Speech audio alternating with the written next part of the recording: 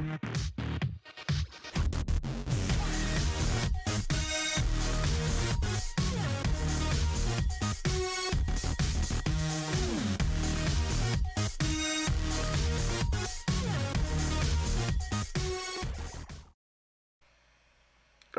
so guys, what happened here was a failure on my part.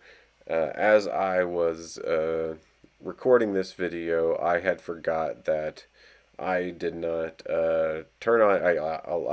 Yeah, I took my computer away from where I normally would do videos, and I put it in the living room because I was trying to do a trading plan, watching a video on how to do a trading plan. At the same time, I'm watching the market, and I enter into an Ethereum trade.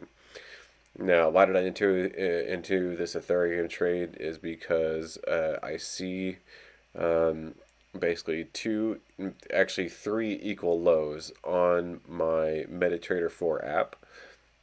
On here, though, on the trading view, there's only two equal lows, right? And you can kind of see the line that I've drawn. If I would hold it still for a little bit, that line, that blue line, kind of going straight across. There's a low that drops, and then the most recent low that I'm hovering over now actually gets below the low just to the left of it. But on my MetaTrader 4 app, that low does not get below that one. It's actually the low to the left of it that's just a little bit lower, and the one to the right, the most recent one, is just a little bit higher. So they're offsetting, and so it's a little bit confusing to me as to why both of these are not at the same basically at the same level, is what I'm trying to say. So I'm looking at my MetaTrader 4 app right now on my hand, and I'm going back and forth to the to trading view, and I'm trying to spot the last what I would call an order block. And your order block is where it's your last push down, right? Your last sell off candle before before there's a big buy, right? But so like I said in my last video, I described it as bouncing a basketball. You press the basketball down. As soon as it hits the bottom, it goes up and away, and then whenever the basketball lands back in your hand, or at the last push, the first push down, that's where your interest would be in your trade. Now that area is just below those two spikes on TradingView, three spikes on my MetaTrader 4 that are all about equal. So I'm getting confused, and I'm trying to figure out where that area is, because I'm seeing it on my MetaTrader 4 in my hand, and that's what I'm looking at right now. And I'm trying to figure out where it is on TradingView. Now, little do I realize, and I know this because I was doing the video, that it's actually, or I'm actually on the wrong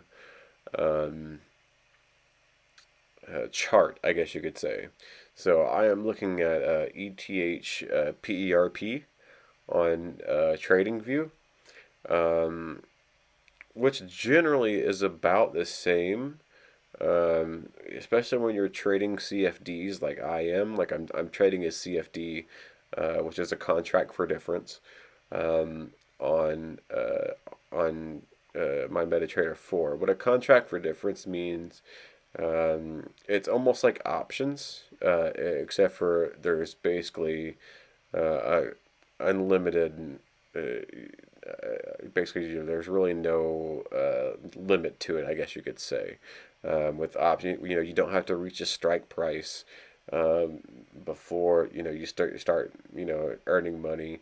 There is kind of a strike price, but all it is the ask and the bid price. So, with crypto though, your ask and your bid on Ethereum anyway, $1.80 difference. So you have to at least so if I were to put the trade in at 412, I would have to it would have to go up at least until 413.80 before I were to start making profit, right?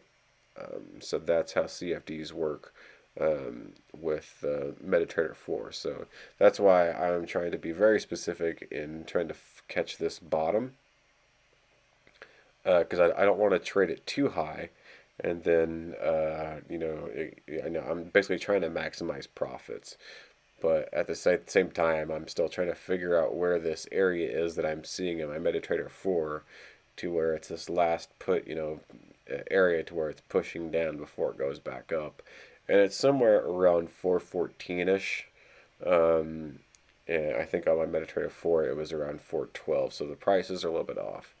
I think here's where I realize it, or maybe not. No, this is where I switch to the 15-minute chart, to where I think I see the difference now. But I still haven't switched to the correct chart, I guess you could say. So, because like I said, right now I'm confused because I'm going back and forth in between my MetaTrader 4 app and here and there. There we go. Now I switched it over to ETH USD, and now it looks similar to what I have on my MetaTrader 4. And so finally I spot the place. There it is. Right there it is. That's the spot right there, for where it's just below the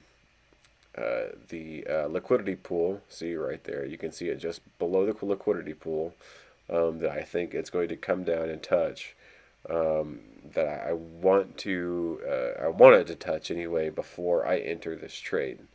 Now the only dilemma I'm having is that is MetaTrader 4 or is TradingView right? Because if TradingView is correct, it has actually just gotten below the liquidity area, to where there are two equal lows, and I think I draw them out in just a second if I'm not mistaken. Or is my MetaTrader 4 app the one that is wrong? So I'm still I'm trying to decipher what is going on, to be honest. But I know that I'm in an area for a good trade, and I'm gonna take a trade. Basically, is what's going on. So you can kind of see a little spike down to your left, I think, hovering over, and then one to your right, right there. So I think I start drawing the line here. Should start to be drawing the line sometime soon. Come on, Ted, what are you doing? Draw the line here, buddy.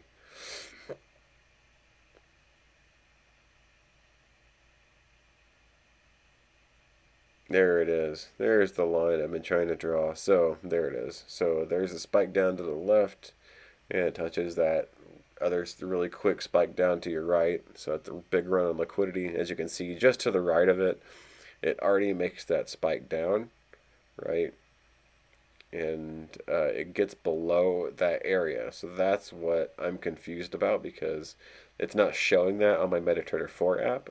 Instead, the one to the right is above the one on the left. So I'm still thinking it has to get below the one. To me, on my app on my phone, it has to get below the most recent low, because they're all three almost equal, except for the one farthest to the right is actually above the next farthest one, just to the left of it. So I'm still trying to find the area I think it's going to go down to, and I think I found it. So I draw the fib, and I want to make sure that where I am is going to be in the area in between the 62% and 82% retracement level. because that's going to be basically where, for anybody at smart money, that is your discounted area. So in case you missed the first trade, or in case you do want to make a good trade, you want to have it as discounted as possible. So it goes up. It's still going up. I feel like I missed the trade, but then I realize it's starting to retrace. So as it's starting to retrace, I noticed that there is um, a little red, or sorry, yeah, a little green, um, a little green candle just to the left that I see that could be the mitigation candle. That candle to where it whips up and down really quick, and so if it gets down to that point, I'm thinking it is going to start retracing back up. So I go ahead and I place a buy right now on MetaTrader 4, or not MetaTrader 4, but on TradingView. So at least I'm in the trade. I'm still thinking it can get lower because on my MetaTrader 4 app, it should get lower to break that liquidity.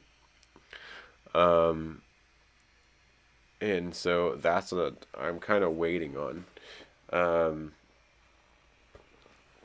because this is, again, this is just like yesterday, this was like a textbook buy. Um, and it even if it may I don't want to spoil the end since I already know the end and I'm just doing a voiceover since I forgot to record.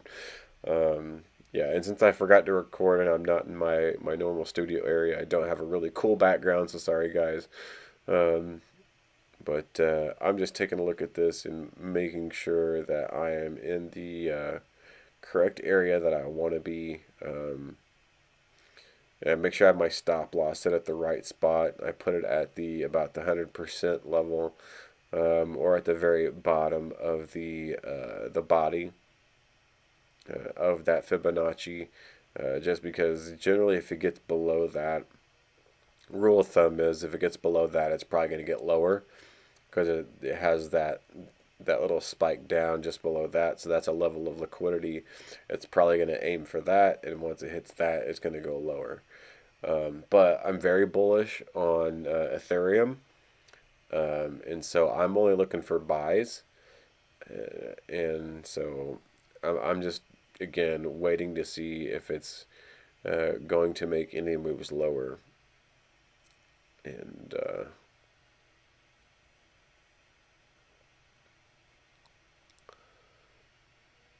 so yeah, here I am explaining that that the differences in between what's on my phone and what's on TradingView. That the one to where you see the blue line touching that spike down, that one's actually lower than the one to the right on my MetaTrader 4 app. But on TradingView, the one to the right is lower. So again, I'm confused in if it's already broken, liquidity. And that if I should have just went ahead and put in the trade, which I did, or if it's actually going to break lower. And because if it's going to break lower, I'm definitely going to put, well, I put a trade in on my MetaTrader 4, probably around that level, and then and just I put a small lot size in. I'll just say that I didn't I didn't put all my eggs in one basket on that one entry that I made on my MetaTrader 4 app. That's for sure. But I do make a second entry on my MetaTrader 4 app, but I don't on TradingView. I didn't have enough time, um, and we'll see that whenever it gets to that point in the video.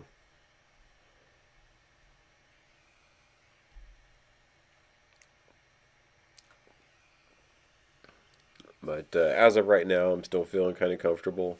Um, Even though, I think I entered right around, what was it?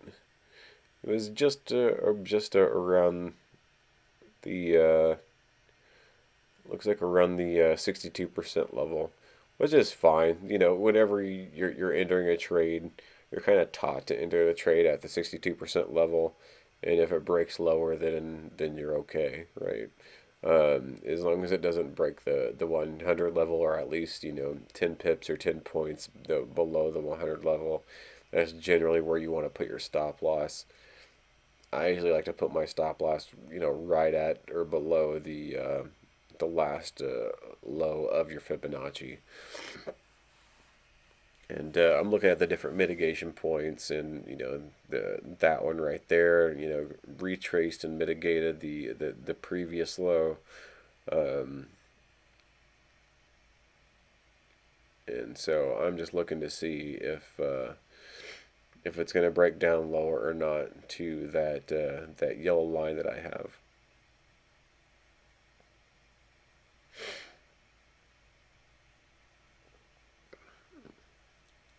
Because right now the price is kind of stalling. Um, it did kind of hit that the it's actually a wicked candle. It goes down, and then whenever it comes back up, you see a little bit of a green candle. That green candle has a huge wick on it as well. Not all the way down to the bottom and not all the way up to the top, but it's pretty much a very wicked doji type candle. So it starts going back up, and I'm starting to think, okay, well, this is I did do the right thing, and it looks like maybe this was the area that it did break.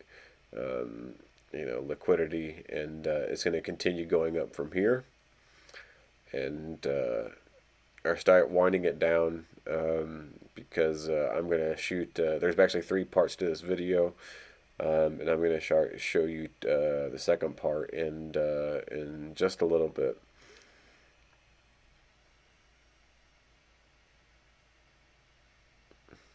I don't know what I'm ranting about, but I'm ranting about something. But we're finishing off here. All right, so it did drop, as you can see. It dropped like I thought it was. And the funny thing is that the second drop that you see there, that actually dropped lower than all of them, right? That dropped lower than it dropped lower than the one just to the left of it. So the left of it, it has that spike down. It breaks the liquidity and whatnot. On my end, that one's higher than the one to the left of it. But the one to the right of it, I think that one's, I think it's around. Let me look at my chart. I got it in front of me here.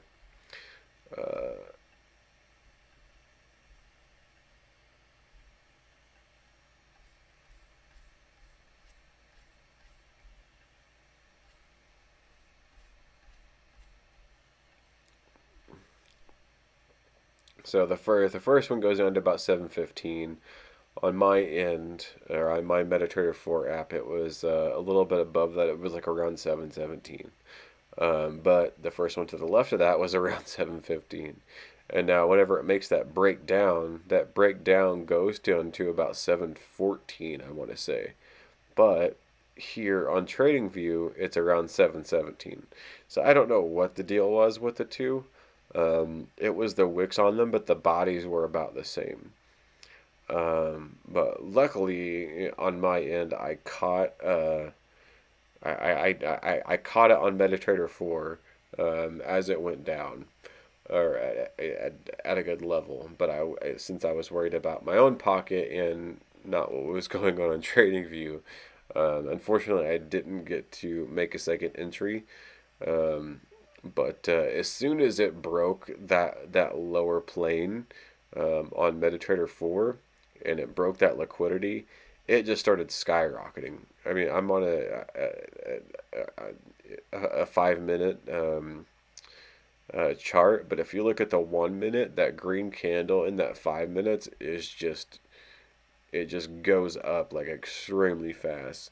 And it has a little pullback for about 10 minutes, and then it just starts skyrocketing again. And what I did in this video is I went ahead and I took partial profit. I took I think I put in 15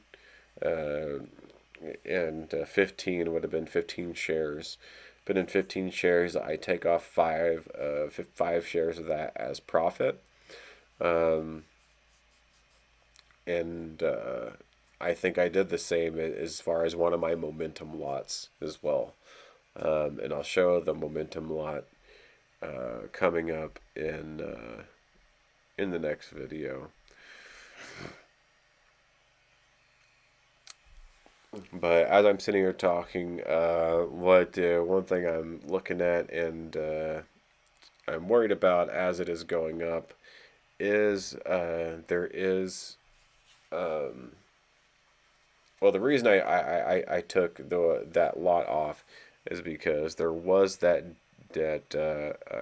order block just under it, right? And I thought it may have gotten to that order block and then retraced, and it actually does. But as soon as it retraces back to the level, um, it starts going right back up again. So right now, I think it's on its retracement back down.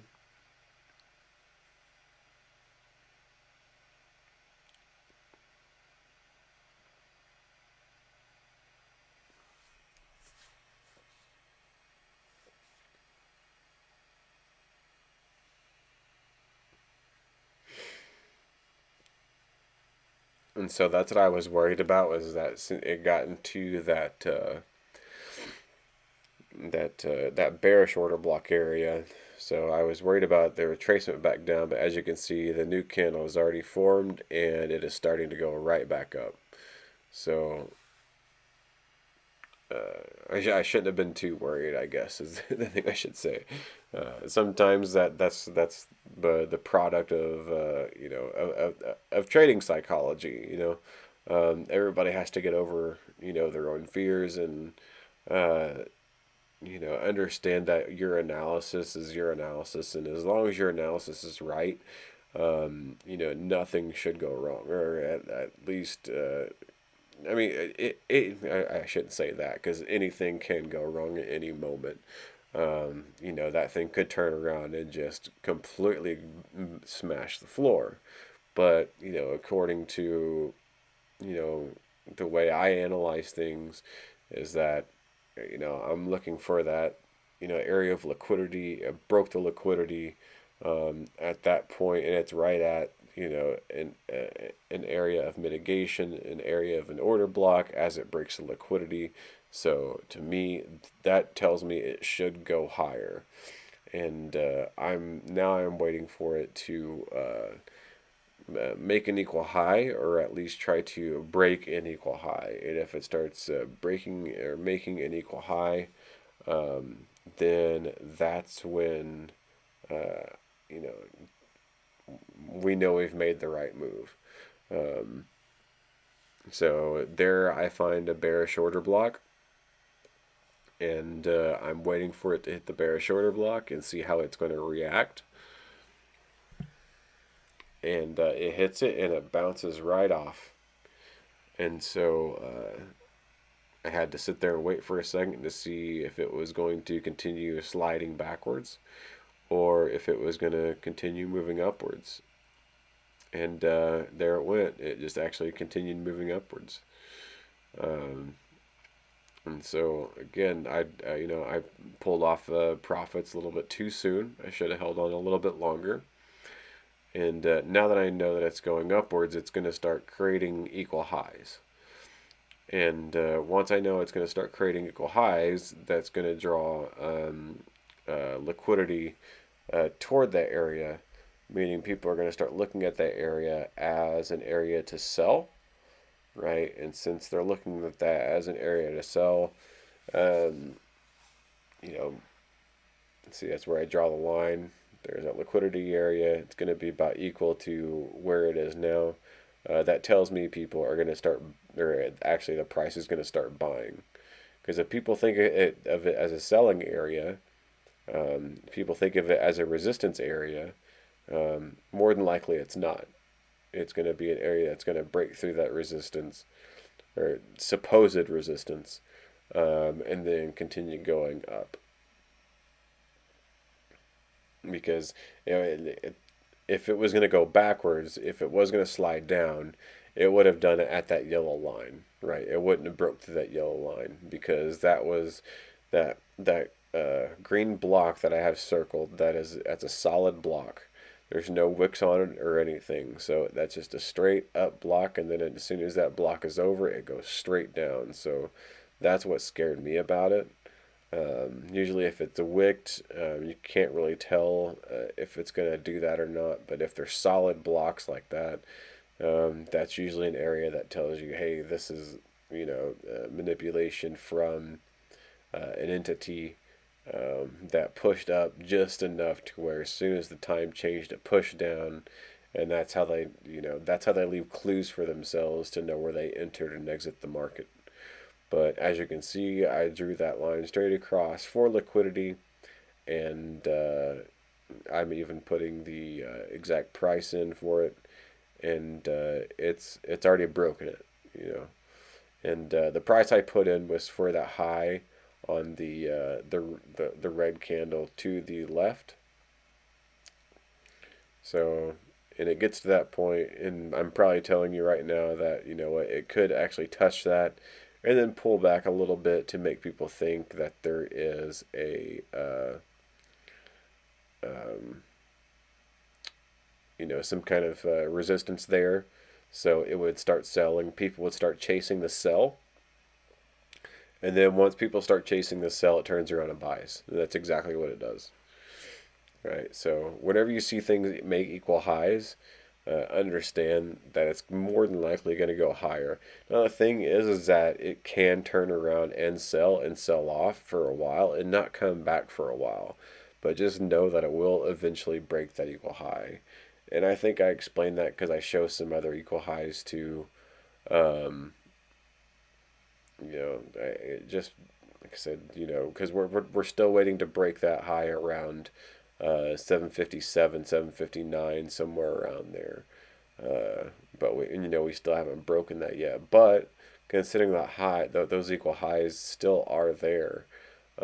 We know that eventually we're going to be breaking it. So now I see those other two equal highs, and I'm thinking, okay, that's where the liquidity is going to be drawn to. This is another area to where people are going to be apt to start putting their sell limits in or start selling now and then putting their stop losses right at that level because that should be considered a level that's support or sorry resistance. And the reason it looks like it's resistance is I drew that from over to the left. There is a breaker that it comes down from the middle of that trading area to where it pushes down and then goes back up, and then that is that low point. So that's what we would call a breaker, but that candle I just drew that circle around, since it sold right through that breaker. Basically, what it did is it created a gap, and now price is trying to basically refill that gap, right? And it filled it once, it filled it twice. And now that the price gap is filled, more than likely, it is going to get above that gap. Now, what probably is going to happen, and I think it does happen, is it gets to this yellow line here to where it hits those three equal highs. So we have 1, 2, we're getting to a third equal high, and it's probably going to pull back a little bit, and probably going to take some time to actually get through that area. Just because, again, you've already broken through two areas, or actually one area to where people would sell. Now this is another area to where a lot of people would definitely want to sell, because you do have that. Here's where I start explaining. Okay, we do have more highs, to break. So there's the one in particular that I want to break is that 757 area right there. I draw that line across. So that's the ultimate goal eventually, is to get above that 757 area, because I know it's eventually going to get there. That the liquidity is drawn to that area. As long as we're not making equal lows along the way. But right there are those two equal highs. But at the exact same time, there's also that breaker that comes down, makes that V shape to the left. So it makes it look like it's a resistance area. So since it makes it looks like it's a resistance area, it could take a while to break. Is basically what I'm pointing out. Um, and I'm trying to see if we're gonna break it on camera or not. And so I'm just waiting to see if we are gonna break it or not. And I think even though we did, yeah, I think I don't think I've moved the stop loss yet. I probably should have by now. But generally, once you get this high into the trade, um, you should probably be definitely think about moving your stop loss. I think I close another position because we did end up breaking that second high. But there's not much left to close, so I think I close a very small portion of it. I think there's only like six or nine left. So I take out three, just to pay yourself. It's always good practice to pay yourself, especially if this trade turns around and goes the other way. At least you have made profits, right? And so I think at this point, what I'm thinking about is actually adjusting the stop loss so that in case it does go against us, we don't lose as much as we could. So I think I do take the stop loss and I move it here.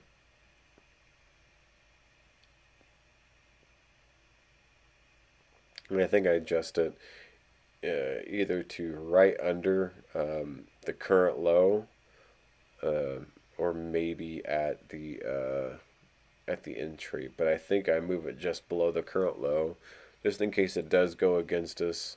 It still could hit an order block that is lower than the entrance.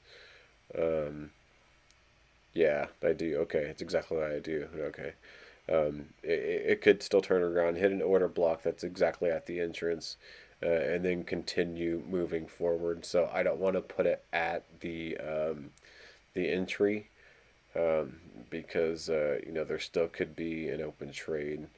Um, it, but even if it did get lower than the entry, I would definitely be adding more, um, to that trade, to average it out to be a little bit lower of an entrance than where it is.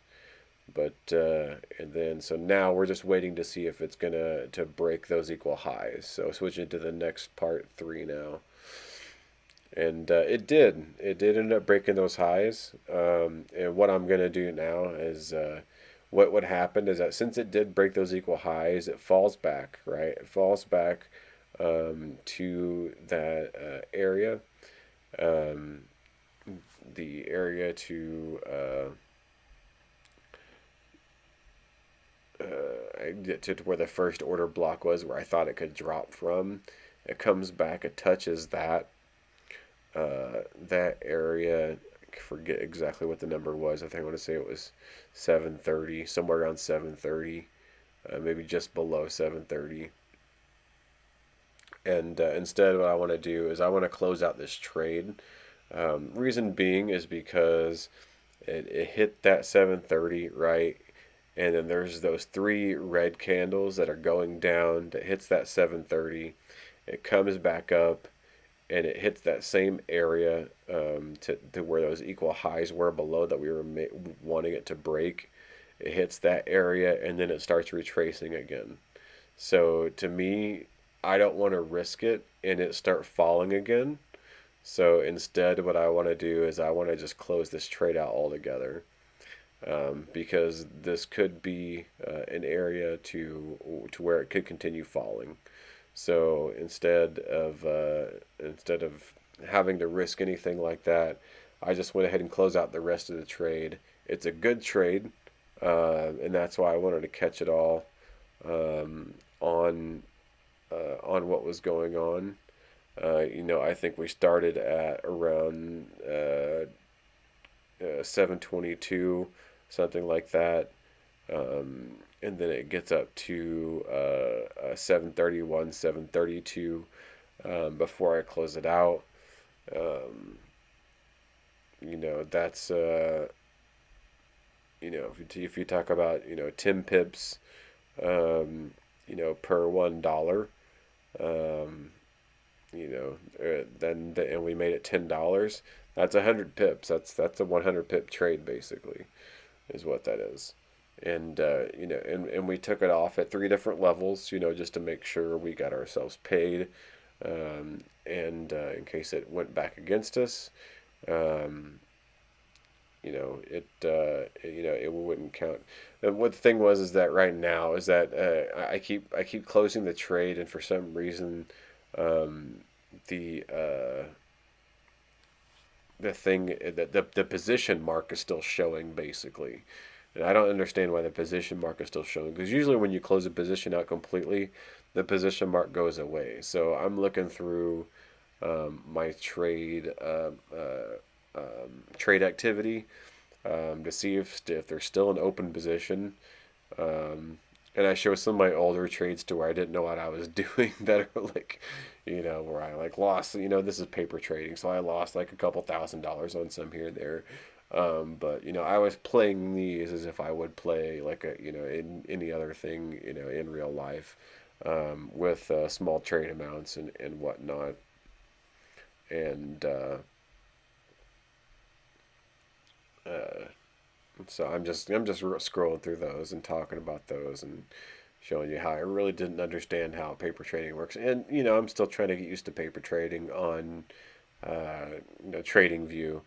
Um, it's a little bit different than MetaTrader 4, but I'm pointing out the most recent ones right there to where we um, profited from the ones that we just did today, and also profited from the same ones that we did yesterday.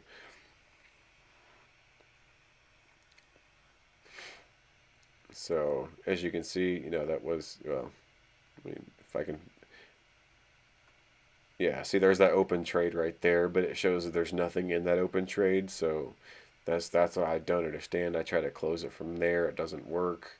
It says it's closed, but it's still showing, that there's nothing there. So I'm just still confused as why they're still showing an open trade on TradingView when there's not an open trade. But either way, again, still 100 pip move. I want to say maybe 150 pip move. Um, it was a good trade. We broke the highs, um, and like I said, it fell backwards, retested, and here we go. I'm saying, okay, maybe I shouldn't have, and maybe it's going to hit that order block and then continue going up. But then I see it go down through that order block, and I'm like, okay, it's probably a good thing that we actually exited the trade there, because now I'm thinking it probably could start falling back, and I'm waiting on a time, maybe to enter another trade, maybe not. But I feel at this point we had a successful trade, and I just wanted to make sure I caught everything, um, in the action of doing it, what the thought process was going behind it, um, and that way, in case you're wondering how to trade, and you're wondering what to look for. These are the types of things that you look for, right? It breaks liquidity, either side or buy side or sell side liquidity. It's not going to be at those, especially if it hits the same point over and over and over again. Those are not going to be your areas to where you're going to want to buy or you're going to sell. You're going to want to wait for it to break those, right? We're going to want to wait for it to break those and look for areas of mitigation, and those areas are going to be to the left of your chart, those last push downs, right? Because anybody who gets sucked into the idea of support and resist, or at least short-term support and resistance, those are the people who usually fail most of the time, right? Because if somebody would have put their stop loss or right at that area to where I was talking about those equal highs, that yellow dotted line, if they had sold there and then put their stop loss right there, they would have got taken out of that trade, right? So I'm teaching you not to do that. I'm teaching you to wait for it to break that, because 9 out of 10 times that's what's going to happen, right? And it did, uh, and it even went a little bit higher. And as you can see there, those were the kind of areas that it hit before it retraced. So, if I was to put, a take profit level on it, I probably would have looked to put it at those levels. I probably should have drawn a Fibonacci in that, smaller area there too, to see, if it would have got to about the 127%. I don't think it would have, because it would have just gotten above the 100%. But generally, whenever you're trading, that's your target one, right? Your target one is your full extension. If you're trading somewhere around the 68% to or sorry, 62% to 78% area, retracement area, right? You want it to get to the full extension back to that 0 or back to that 100 first, whichever way you have your Fibonacci flipped. You want it to reach that full extension first, before you take any profit. But I took profit twice before that, is what I did. And then I took my last profit, I took pretty much right at it. So that's why I feel like it was a successful trade. We were paying ourselves along the way. We made sure to move our stop loss, and then we also made sure to exit the trade whenever we saw a sign that could potentially be one to where it could start breaking lower. And then what I also explain here is I explain that I'll show you that I did do this on MetaTrader 4. I'll show you my positions on MetaTrader 4 for my momentum lots. Now, momentum lots are whenever I throw in small lots during the trade. They'll make a little bit of money as the trade goes on, but they're not my base positions to where I put in more lots, and then they go higher. I'm not trying to espouse everybody that I'm trying to be like this millionaire and I'm trying to make tons of money. That's one thing I don't want to show. I don't want to be this person that shows those kind of things, but I do want to show people that that I am doing that, actively doing this, and I'm trading this for real, basically. And here comes the next part. So here it is, and I'm about ready to show you my lots that I actually put into this. There you go. I put one in at 717 and 721. I wait till basically the first one broke even, before I closed it, and the second one I got just a little bit under that before I pulled the plug on that one. But still, those were just two of my momentum lots that I had going. Those are 0.01, so that's 10 cents per trade is basically what I risked. 10 cents per trade, right? And for those 10 cents that I risked, I ended up making $5, versus if you were to actually invest in Ethereum, you would have had to invest in your total of $717, right? And waited for it to get to that $721 to make that $4, right? Instead, with CFD trading, you only have to invest 10 cents with a $100 account, or something like that. But I think that's what you have to have in your account. I'm not 100% sure. I haven't. I'm not gonna tell you how much I have, but I think that's all you have to have is at least 100. Minimum of $100 or minimum of $50 or something like that, to make a 10-cent trade on something like Ethereum. And then you can make $5, $10, however much. Basically every time Ethereum goes $1, you make $1 on that trade. Keep in mind there is a spread, and that spread is about $1.80. But don't forget to hit that like button if you like what I'm teaching you guys. Don't forget to subscribe if you'd like to hear more. I'm sorry I'm having to do this on a voiceover. Sorry I didn't do this right the first time, but I felt like this was kind of an important video to make sure everybody that got a chance to understand what was going on. Because I premiered it, and during the premiere, somebody said, "If you're talking, I can't hear you." And so I put on my headphones, and I was like, "Wait, why can't anybody hear anything?" And I was like, "Oh no, it's because I moved my computer into a different room." And what I'm saying here is I'm probably saying the same stuff that I'm talking to you about now, except for that part. But I am saying that the I did feel like this was a successful trade. What we were looking for in a trade, and what we'll probably be looking for. What we'll be looking for moving forward. Now, just to give you some information about what has happened to Ethereum since then, I will do that. It did drop a little bit lower.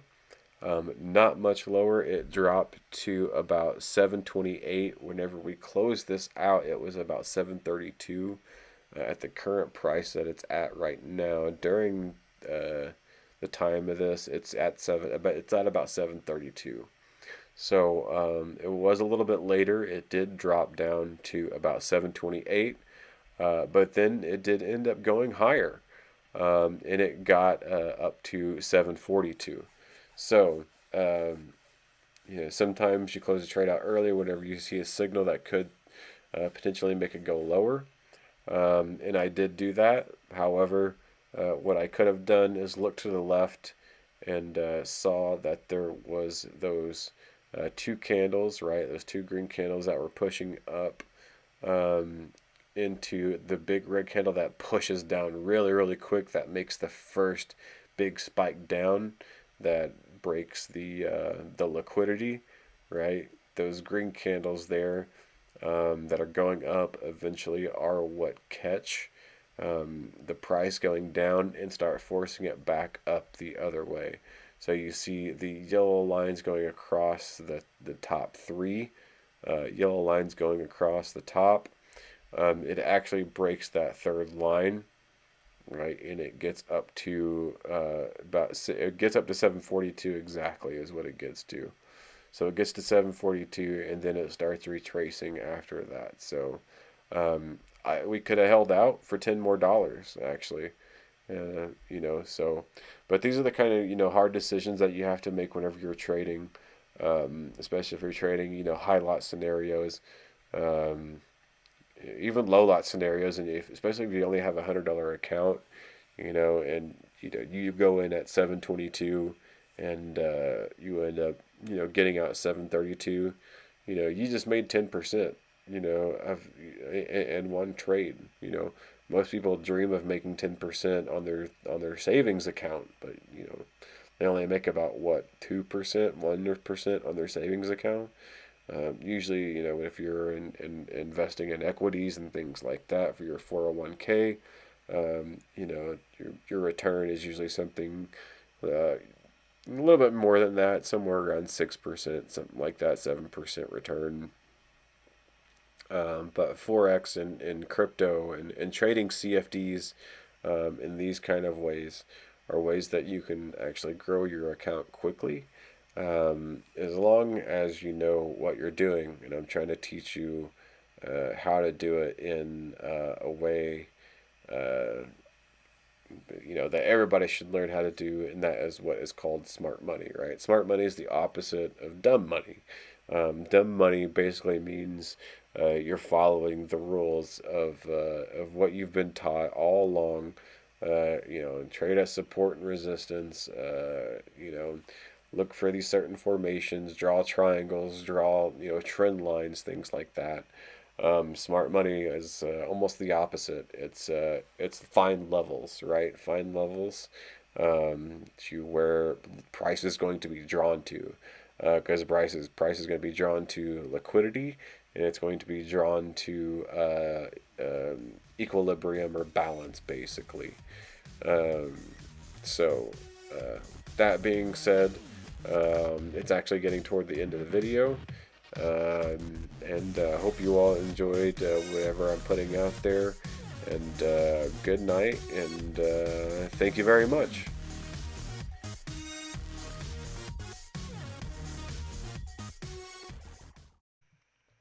Any advice or information on this website is general advice only.